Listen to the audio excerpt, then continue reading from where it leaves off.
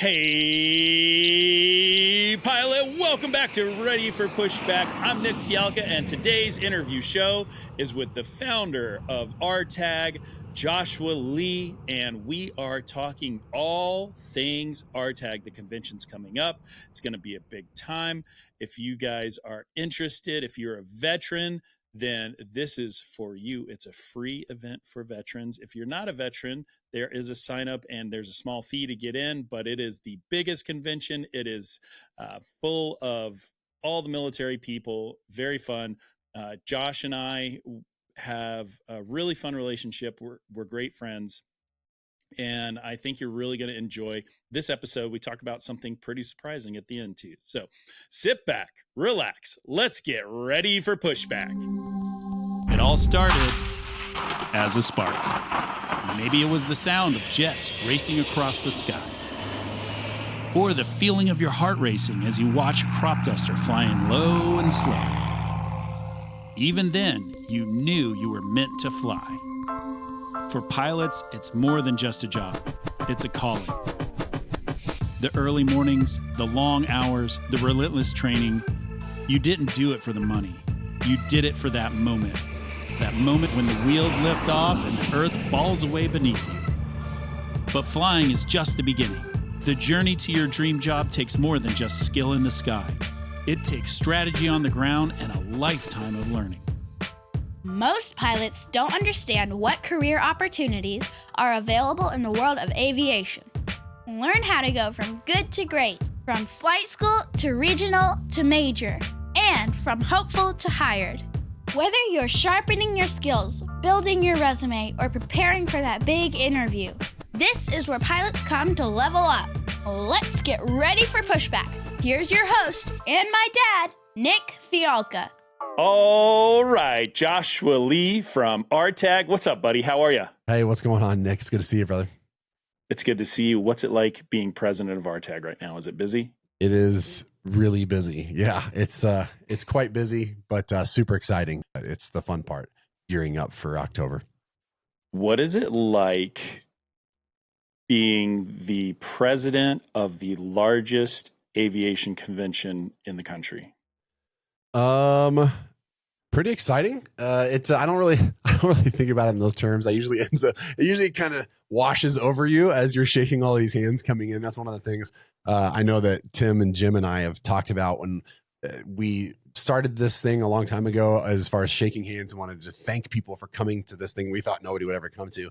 And when your hands are sore and there's 5,000 people that have walked through, you're like, man, this is something. But for me, it's been a journey that has allowed me to meet some new friends, yourself included, but to meet people that I don't know that I would have ever gotten to meet before, because in the military, we kind of stay in these little insular silos sometimes with the people that we're in a unit with or deployed with. But, for me, it's been able to hear stories from people that the community, and not really just anything that I've done, but the community has changed their lives and changed their families' lives. And that is the best thing I could ever ask for. It's been phenomenal. I love it. So for those that are not cool yet, tell the pilot at home what RTAG is. RTAG is, we call it the Veteran to Aviation Charity. And so what we do is you've heard of Women in Aviation and OBAP and all these other organizations that are wonderful. We saw a need in the veteran community that was specifically catering to veterans. Now we allow civilians to come in. We do limit that number quite a bit, but we needed something that was specific to our community for veterans, again, by veterans, if you will, that had an ability to take people from where they were in their veteran or military experience and transition them into aerospace jobs. And so we host the convention every year. That's been, like you said, has just been so popular.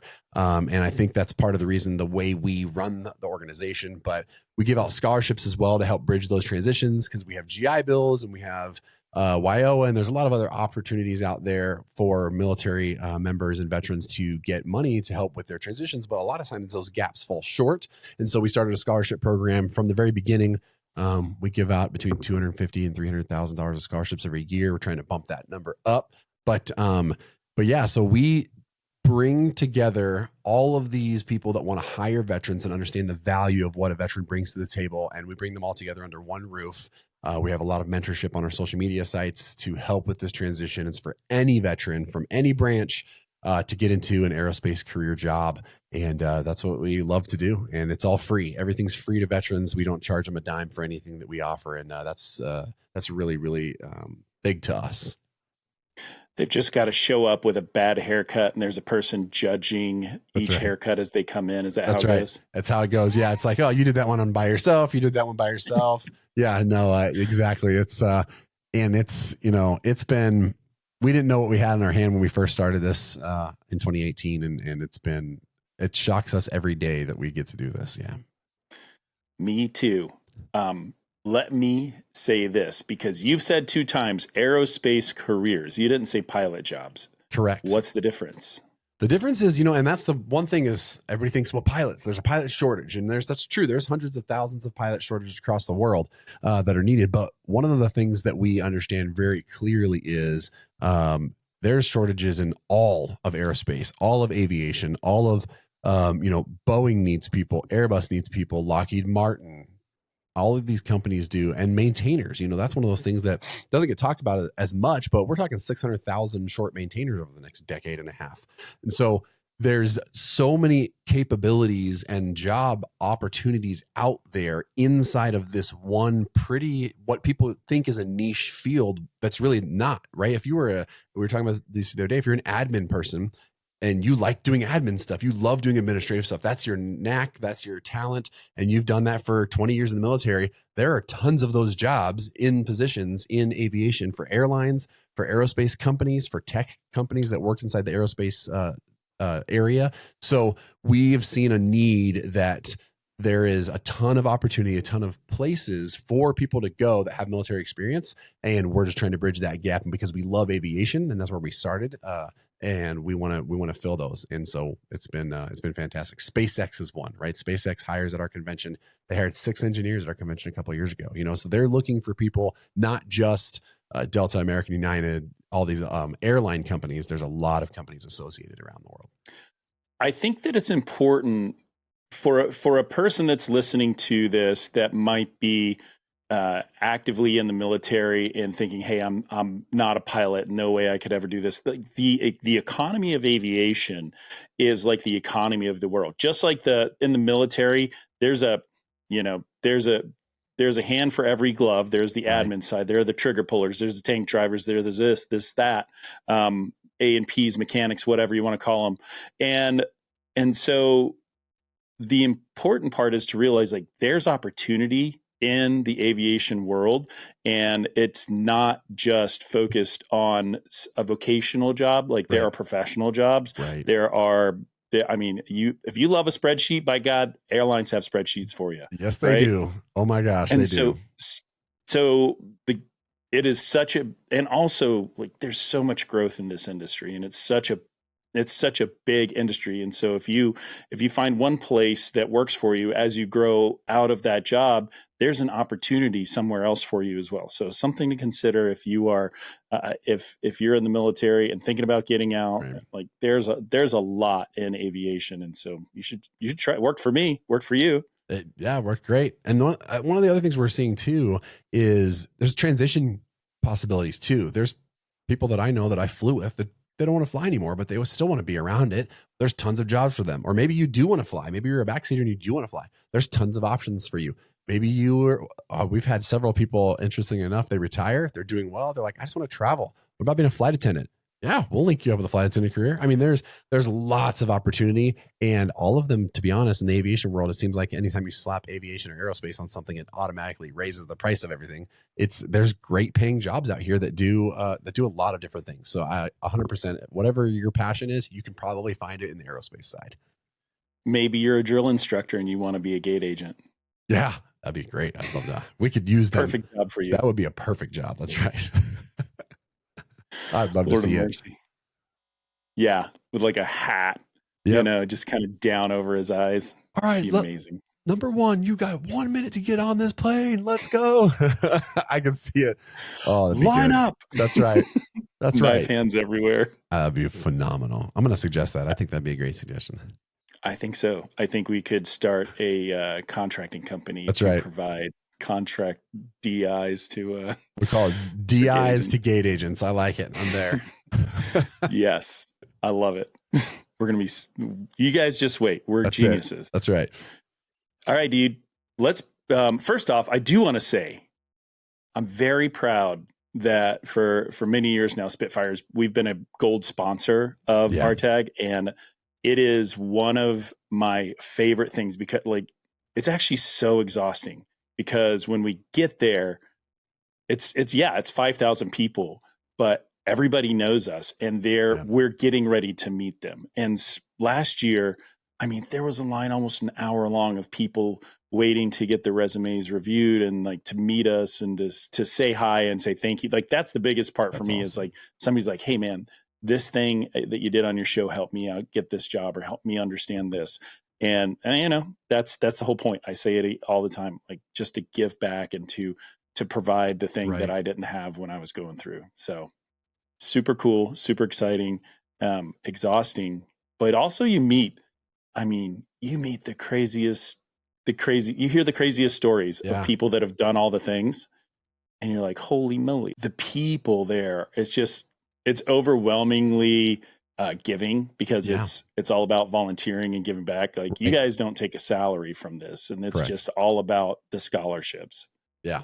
It's my feet hurt afterwards. I'm obviously not the young buck anymore, but you know, it's fantastic. I have to take lozenges all week because I talk to so many people. And like you said, the stories, I know Becky and I, my wife, we walk around and we get stopped all the time as just telling us a story after story. And it's amazing to see what this organization as a whole has been able to do with all of the people that are just pouring into it. And it's just, we love it. It just lifts us up, man. It really does.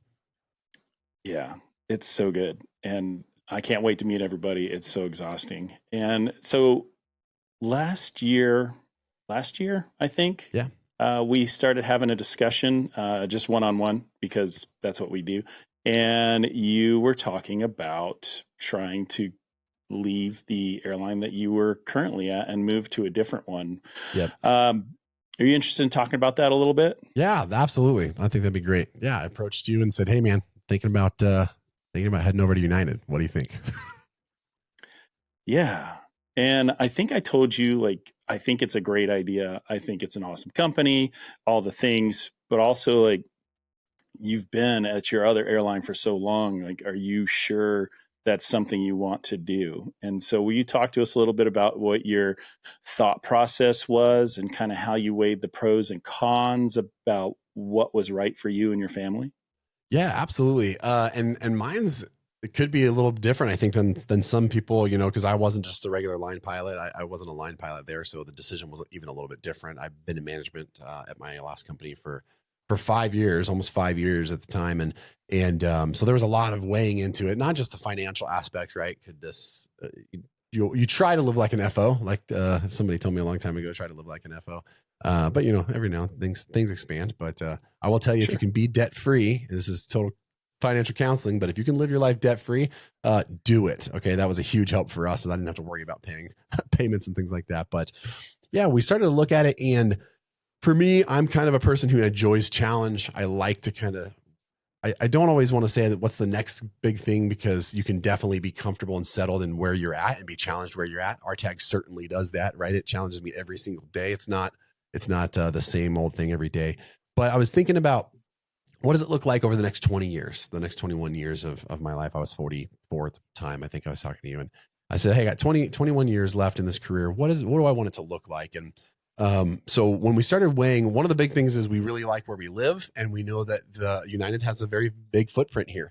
And it was very difficult, to be honest, looking at legacies, to think about what I wanted to do and where I wanted to be.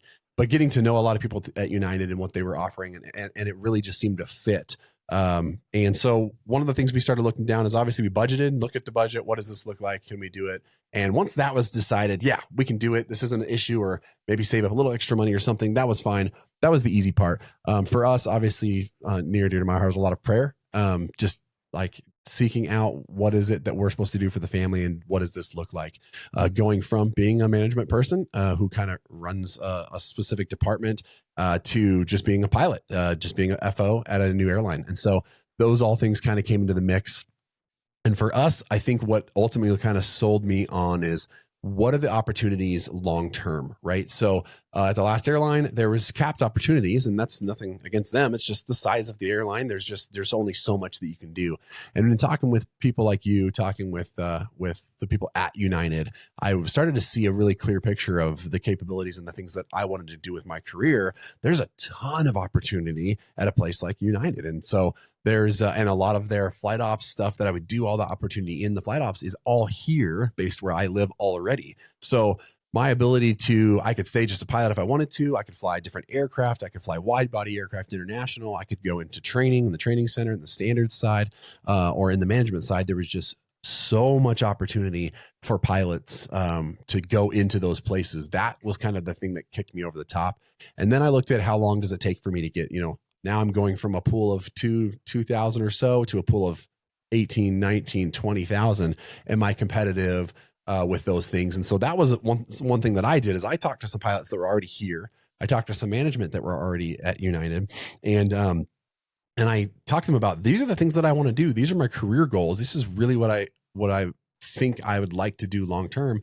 And they looked at what I've done and looked at resume thing and talked to me through, and they're like, yeah, you're not going to have any problem here doing that as long as you keep, they gave me kind of a little checklist of things to do. And so those were the things that really helped me make the move. And then obviously, again, praying about it and looking at, United was unique because of where they want to grow and where they want to go. My seniority wise and how I wanted to play out the rest of my career wasn't really a massive thing to me, as long as we kind of continue to progress in the growth. So those are the big ticket items, and then figuring out how to get hired. Well, why did you choose to talk to me about it? Dude, because we've known each other for a while now. And, one of the things that I am adamant about is the network is your net worth, right? That's the things that you can do in life are largely based on the people that are around you. And everybody always says, I've heard this a long time, but everybody says, well, it's all about who you know. And I don't really know that's not the period to the end of the sentence, right? It's all about who you know and what they're willing to do for you, right? And so that comes from service-based attitude. I always want to make sure that I'm able to serve anybody around me, because there's a ton of people I know that they're not going to do anything for me because I've never done anything for them, right? But the people that we've served around us are the people that are part of our community.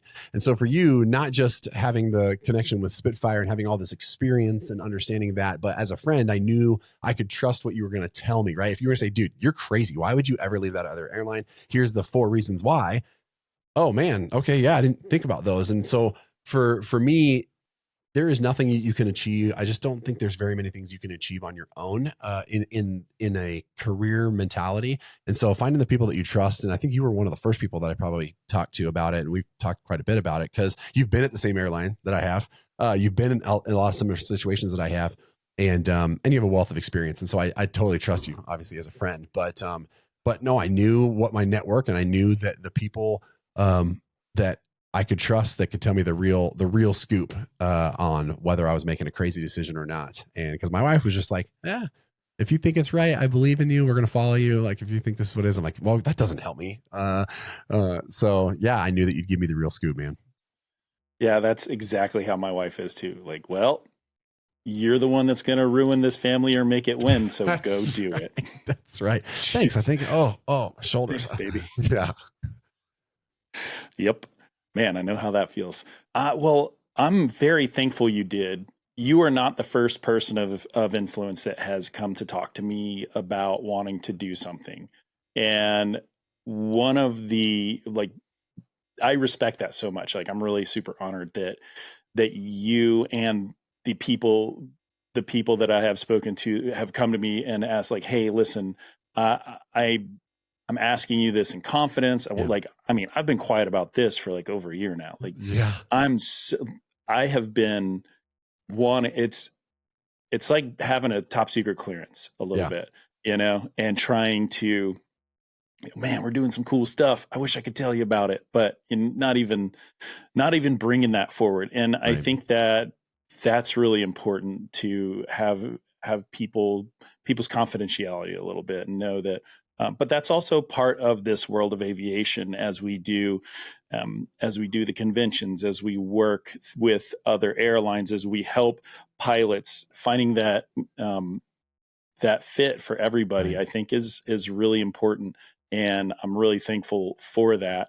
Also, I think there's a lot of how do you get this done effectively and do it gracefully, right? Did you feel like, man, I've got to do this thing. I've got, thousands and thousands and thousands of pilots that are doing this as well. Like, was it nerve-wracking for you at all? Not really nerve-wracking. I'm kind of a weird person. I don't really know that I have any. My wife says I have no feelings or nervous system. I don't know what's going on, but definitely a lot of thought and I think grace, like you said, is interesting word because it does come into it, right? I didn't want it to be a breakup with my last airline. I didn't want it to be, I wanted to make sure that they were doing it.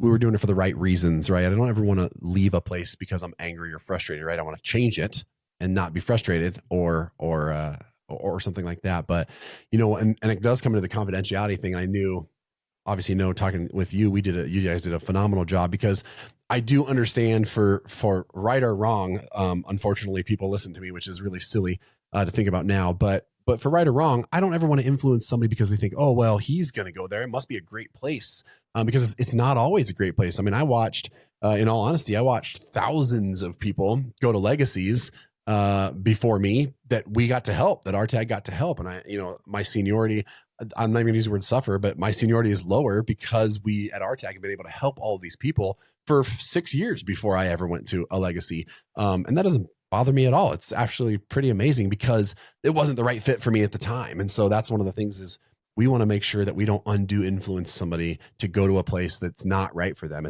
And you guys do the same thing. It's what's right for you, what's right for your family, what's going to make the best impact. Because if Frontier would have been the best place for me, or Allegiant would have been the best place for me, or Delta would have been the best place for me, we would have the same conversation, but about those airlines. And so it just so happened that United was, and that was it. And so, no, it was not really nerve-wracking, but definitely, how do I do this without giving undue influence, or without using essentially our platform to say, oh, well, now United is the best because that's where I'm at. And so trying to walk that line's a little different. I even set it up with you guys, and we did it kind of really under the radar. And then I even did the interview. There was about 3 volunteers that only knew because they were the early volunteers coming to the show. I actually interviewed at RTAG.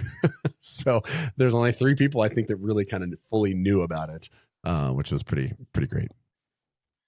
Yeah, that was a very exciting RTAG. And we were super, super stoked for you. And, this is the beauty of the aviation world. And I love that. This year's convention is going to be in Denver, Colorado.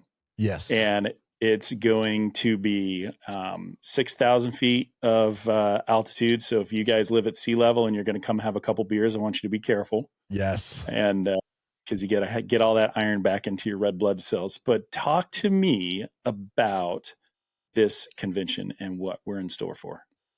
It is, it's going to be awesome. We do everything we can to kind of get it completed so you can show up. And then once you show up, it's gangbusters after that. It's wild. But no, we've got a ton of people that are going to be super excited. The convention center is beautiful. I mean, it is absolutely gorgeous. We have an opening ceremony, a little different than we've done for the last couple of years in the arena, but we do it's going to be exciting. We may or may not have some t-shirt cannons that we're going to shoot some t-shirts off into the crowd. VA disability, here we come. That's right. If you don't have it already, we'll make sure you get it. We'll hit you. But we've got some special events going on. We're going to have some really cool mixers going on Friday night before that'll be coming out actually here pretty soon. But the convention side is going to be, I won't say standard, but it's going to be your normal thing. If you haven't noticed, we're all comic book superhero themed this year. So because what we've seen and through all of the recruiting teams that we've talked to, don't let this quote unquote, what we've heard the words slow down fool you. Okay. Because one, this is basically a calm before the storm after I'm talking to a lot of these airlines. So they're gearing up for 2026, right? There's been a little bit of a slow pattern where they're kind of reassessing, which is what we've seen from all these airlines. They're reassessing what their hiring patterns are going to look like over the next few years, because you look at an American, they're not stopping retiring anytime soon. I mean, there's tons of retirements there. Delta's the same way. United's the same way. We use the legacies and all that kind of has that trickle down effect a little bit as that upward momentum goes. But United, they're going to be hiring crazy starting in January. And so what's great about coming to our convention, other than it is free for veterans, is October, you're getting seen by these recruiters and these recruiting teams right before they go back to the boardroom, they go back to the table and say, okay, who are we bringing on site to hire starting in January? And that's going to be, oh man, we just saw these 40 people. We just saw Nik Fialka and Josh Lee, super handsome guys. We're going to hire both those guys. And we remember them. And so I remember seeing them in their stepbrothers outfits. That's what they're going to do. They're going to look at those people they just met with that are super high caliber and high quality, and they're going to remember you and they're going to bring you on pretty much immediately. So if you're looking at that job, don't look at, oh, well, nobody's hiring this year. That's not true, first of all, but two, you're not looking for now, you're looking for the next quarter one. So that's what's exciting. And then, we've got the superhero ball this year, which is going to be super fun. Again, giving away our scholarships is going to be fantastic. The scholarships just closed. And so Jim and his team are working tirelessly right now to comb through all of these applications. I don't remember how many he said. We got several hundred applications again for that. And we've got a couple other surprise giveaways. This will be the first year that we have David Clark with us. So right. We've had Bose since almost the very beginning. And one of the guys that was at Bose for a long time with the team that helped bring us together is now at David Clark. And so, so we linked up with him and they're coming over. We've got some interesting flight shirts. They are coming out again. They're giving away over $2,500 worth of product with shirts. So you can grab those. They're great. And this year for the first time, we've got JetSeam, who's actually coming out as well. And JetSeam's doing the same thing. They're giving out a bunch of coupons and discount codes. And so, we're just really excited and blessed to continue to be able to do this and continue to host this. And I think it's going to be really, really fun to get it done. It's the highlight of the year for me. I was at a San Diego overnight, and I put a little blast out on LinkedIn saying, "Hey, if anybody wants a free beer and a cigar, come on out." And man, if Jim McClung wasn't on in the hotel and he walked over and we sat together for a few hours and just talked about the convention and just life and family, and man, that's what the community, man, that's it. Yeah. That's what we build. That's what RTAG is all about, because if it's your first time at RTAG, don't look for a transactional relationship, right? Look for how you can dive in. That's right. Probably the hardest part of RTAG in my mind is telling the thousands of people that don't get to volunteer no, because there's so many people that try to volunteer that want a red shirt. I got a whole stack of red RTAG shirts in my closet, and each year there's slightly different shades of red, which is very fun. That's right. But that's it. Everybody wants to volunteer. Everybody wants to, it's just, you don't join the military because your family's super duper rich and you don't care about anything. You do it to give, exactly. to put your hand up. And so that's what we're still doing it. Here we are. We're just doing it on a bigger stage. Yeah. It's slightly different mission. And that's, I love the way you put that is, RTAG is definitely different in that, every person that comes in, like you said, it shouldn't just be a, what can I get from this? Right. It should be a very, very much of how can I serve? That's one of the things that, I know the board, and Jim immediately was like, dude, I'm going to meet up with Nik. And so we're like, pictures, send us pictures. And so, it's about serving the people around you and taking care of, there's the thing called discipleship leadership, if you've ever heard about it, but it's basically, you should always be being mentored by somebody, and you should always be mentoring somebody. You should always be the middleman, right? You should always be in that place where you're receiving somebody pouring into you, and you should always be pouring into somebody else. And we try to run RTAG that way. And we want the people that attend RTAG to be that way. And we see it. Some of our top donators and some of our top people that come every year are just people that we met that got a job at RTAG, and they're like, I want to give back. I think of people like Christian Martin, Heather Martin, they run our merch booth, and they've Dude, we met him through RTAG. Like, I didn't know him in the military, and they just want to continue. They're like, we don't want any money. We don't want anything. We just want to serve people. And so if that's what you're about, man, even if you're not a volunteer, you can serve others on the, Facebook or social media community. And it's unique that way. And I think people understand. Yeah. Yeah. Show up planning to buy merch, y'all, because all that money goes back into scholarships. Also, I have so many RTAG shirts, and my wife has a wife's club shirts. Like, go do it. Give them money. Like, get a cool shirt and get a cool hat. All the things. Yeah, absolutely. I think that'd be great. I hope they have like fake muscles on them since it's all superhero. Man, I can't wait. It's going to be so much fun. It's going to be the party of the year. Super exciting. Josh, congratulations on going to United. Congratulations on just keeping crushing with this organization. I'm proud of you. I'm proud to call you a friend, and thanks for letting me be a little part of your life. All right, pilots, that's a wrap on this episode, and I know what you're thinking. You need to make yourself a little bit better. So how do you make yourself a little bit better? You tighten up your resume. So here's what I want you to do. Go over to my website, spitfireelite.com/podcast, and you can download my free resume template. It is tight, organized, and it's the perfect pilot resume. It's just something I like to do for the pilot group, and it is free to you. So go over there, spitfireelite.com/podcast, and download your free resume template. While you're over there, look at all the services that we offer. Lots of great interview prep, lots of great application review. Everything you need to be a professional pilot is right there. spitfireelite.com/podcast. Thanks, and I'll see you on the next episode.